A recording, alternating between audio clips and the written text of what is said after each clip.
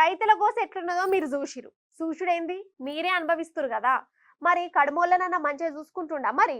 అసలు రేవంత్ సార్ వారి పాలన రోడ్డు మీదకి రాను లెవెలో మీరే చెప్పురోలా. స్కాలర్షిప్ల కోసం విద్యార్థులు వచ్చారు, దిగిపోయినాక వచ్చే పట్టు పైసల కోసం రిటైర్ అయిన ఉద్యోగులు ధర్నాలు చేసిరు, కాంట్రాక్టు లెక్చరర్లు రోడ్ల మీద పడ్డారు, నిరుద్యోగులు నిరసనలు చేసిరు.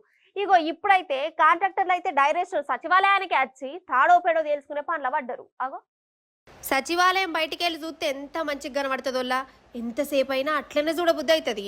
హైదరాబాద్కి ఇన్నొద్దులు చార్మినార్ ఎట్లనో సచివాలయం కూడా గట్లనే అన్నట్టు కట్టిండు మన కేసీఆర్ సారు. ఇప్పుడు సచివాలయం లోపల ఏం నడుతుందో చూస్తారా.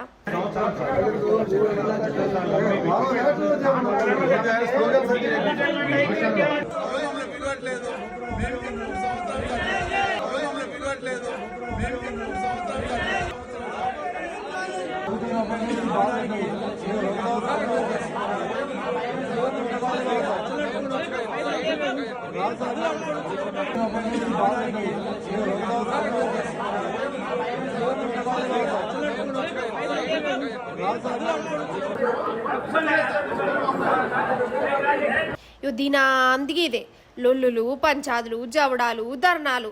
అయితే వీళ్ళందరూ ఎవరంటే కాంట్రాక్టర్లు. వీళ్ళకు 2 ఏళ్ల సంధి ప్రభుత్వం బిల్లులు ఇచ్చుడే మర్చిందట. 2 ఏళ్ల సంధి బిల్లు లేకుంటే వీళ్ళు ఎట్లా బతకాలోల్లా, ఎంతకాలమని ఓపిక పడతారు. సూషి ఓపిక పట్టి డైరెక్ట్ సచివాలయానికి వచ్చి ధర్నాలు చేసిరు. నిజం చెప్తున్నా, దేశంలోనే పెండింగ్ బిల్లుల కోసం సచివాలయం లోపల ధర్నా చేసుడు ఇదే ఫస్ట్ టైం కావచ్చు. మన తెలంగాణలోనే షురు అయింది కావచ్చు కాదా మరి. ఓ దిక్కేమో 20 నెలలలో రేవంత్ అన్న 2.5 లక్షల కోట్ల రూపాయల అప్పు పట్టుకొచ్చిండు. ఆ పైసలు ఏడికి పోయినాయో, ఎవరు సూట్ కేసులలో పడ్డాయో లెక్క పత్రమే లేదట ఇప్పటిదాకా.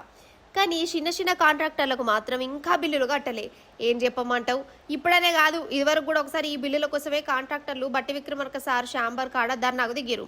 బిల్లులు ఇయ్యలే, 20% లంచాలు తీసుకుంటుర్రు అని. అప్పటి మందం వీళ్ళకి ఏదో చెప్పి సంజాయించారు. మరి మాట మీద నిలబడాలి కదా, బిల్లులు ఇచ్చుడే లేదట. అందుకే సచివాలయం లోపలికి వచ్చి ధర్నా చేసిరు. తెలంగాణ రోడ్డు పాలైందంటే ఏమో అనుకున్నా కానీ నిజంగానే అయిందోలా కాదా మరి. రోడ్డు మీదకి రానోళ్ళు ఎవరు ఎప్పుడు? బడి పిల్లలు, కాలేజీ పిల్లలు, నిరుద్యోగులు, కాంట్రాక్ట్ కార్మికులు, ఆటో డ్రైవర్లు, ఆశా వర్కర్లు, నీళ్ళ కోసం ఆడబిడ్డలు, పింఛన్ల కోసం అవ్వతాతలు, ఇప్పుడు బిల్లుల కోసం కాంట్రాక్టర్లు. ఒకరికి తక్కువ లేదు, ఒకరికి ఎక్కువ లేదు. ఎవ్వరి ఇండ్లలో ఉండొద్దని అందరినీ రోడ్డు మీదకి పట్టుకొచ్చినట్టు చేసిండు రేవంత్ అన్న. అవునా కాదా మీరే చెప్పురి.